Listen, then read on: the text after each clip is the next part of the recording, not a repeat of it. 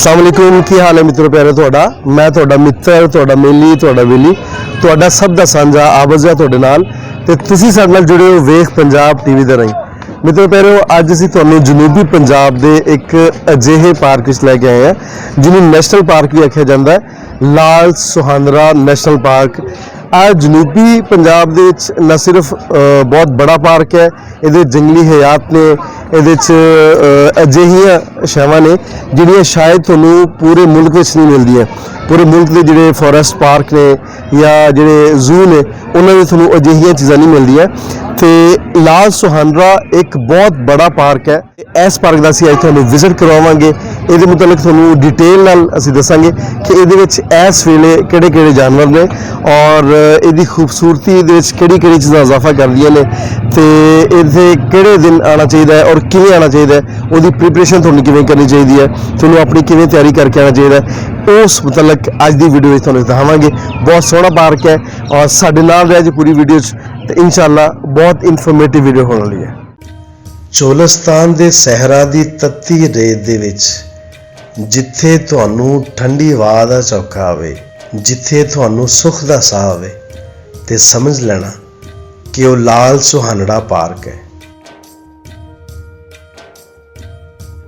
ਲਾਲ ਸੁਹਾਨਰਾ park ਜ਼ਿਲ੍ਹਾ ਬਹਾਵਲਪੁਰ ਤੋਂ ਹਾਸਲਪੁਰ road ਤੇ ਤਕਰੀਬਨ 25 ਕਿਲੋਮੀਟਰ ਦੇ ਫਾਸਲੇ ਤੇ ਮੌਜੂਦ ਹੈ।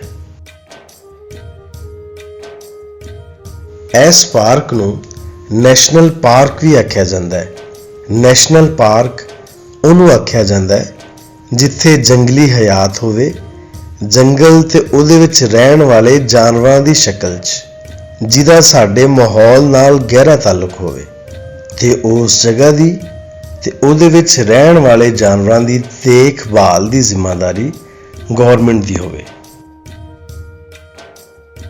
ਬਲਕਿ ਇੱਥੇ ਮੈਂ ਇੱਕ ਗੱਲ ਕਰਨਾ ਚਾਹਾਂਗਾ ਕਿ ਨੈਸ਼ਨਲ ਪਾਰਕ ਦੀ ਜ਼ਿੰਮੇਵਾਰੀ ਭਾਵੇਂ ਗਵਰਨਮੈਂਟ ਦੀ ਹੈ, ਪਰ ਮੈਂ ਇਹ ਸਮਝਦਾ ਹਾਂ ਕਿ ਬੀਇੰਗ ਅ ਗੁੱਡ ਸਿਟੀਜ਼ਨ ਸਾਡੀ ਵੀ ਜ਼ਿੰਮੇਵਾਰੀ ਬਣਦੀ ਹੈ ਕਿ ਅਸੀਂ ਵੀ ਉਸ ਮਾਹੌਲ ਨੂੰ ਵਧੀਆ ਰੱਖਣ ਲਈ ਆਪਣੀ ਪੂਰੀ ਕੋਸ਼ਿਸ਼ ਕਰੀਏ।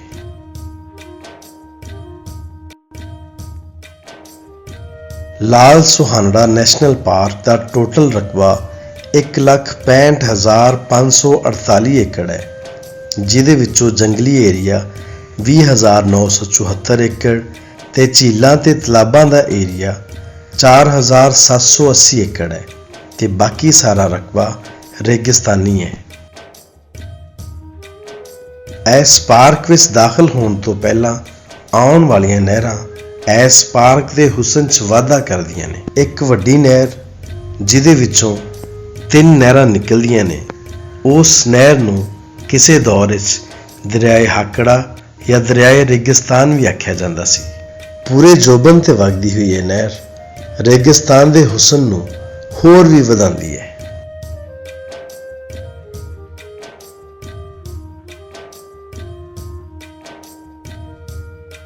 ਪਾਰਕ ਵਿੱਚ ਦਾਖਲ ਹੁੰਦਿਆਂ ਹੀ ਤੁਹਾਨੂੰ ਹਰ ਪਾਸੇ ਸਬਜ਼ਾ ਹੀ ਸਬਜ਼ਾ ਨਜ਼ਰ ਆਵੇਗਾ।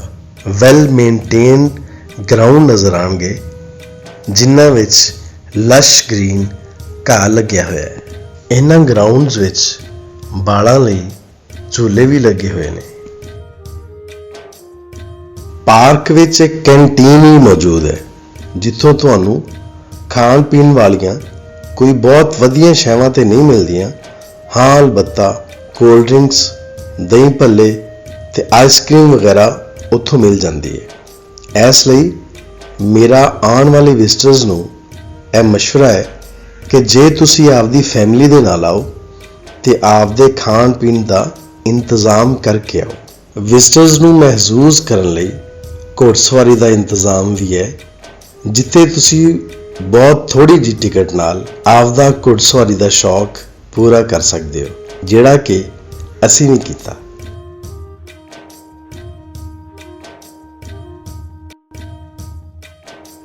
ਹਰ ਪਾਸੇ ਸਬਜ਼ਾ ਹੀ ਸਬਜ਼ਾ ਹੋਣ ਕਰਕੇ ਲੋਕ ਇੱਥੇ ਆਪਣੀ ਫੈਮਲੀਜ਼ ਦੇ ਨਾਲ ਆਉਂਦੇ ਨੇ ਤੇ ਸਾਰਾ ਦਿਨ ਗੁਜ਼ਾਰ ਕੇ ਜਾਂਦੇ ਨੇ।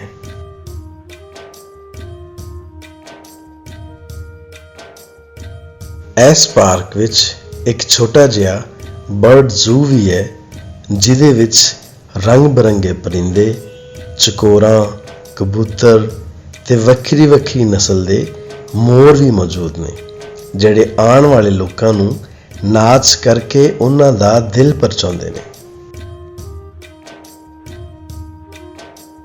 ਲਾਲ ਸੁਹਾਨਾ ਪਾਰਕ ਦੇ ਅੰਦਰ ਮੌਜੂਦ ਝੀਲ ਇਸ ਪਾਰਕ ਦੇ ਹੁਸਨ 'ਚ ਹੋਰ ਵੀ ਵਾਧਾ ਕਰਦੀ ਹੈ। ਆਉਣ ਵਾਲੇ ਵਿਜ਼ਟਰਸ ਇਸ ਝੀਲ ਵਿੱਚ ਚੱਲਦੀਆਂ ਹੋਈਆਂ ਕਸ਼ਤੀਆਂ ਦੇ ਵਿੱਚ ਕਸ਼ਤੀ ਰਾਨੀ ਕਰਦੇ ਨੇ ਤੇ ਖੂਬ ਇੰਜੋਏ ਕਰਦੇ ਨੇ।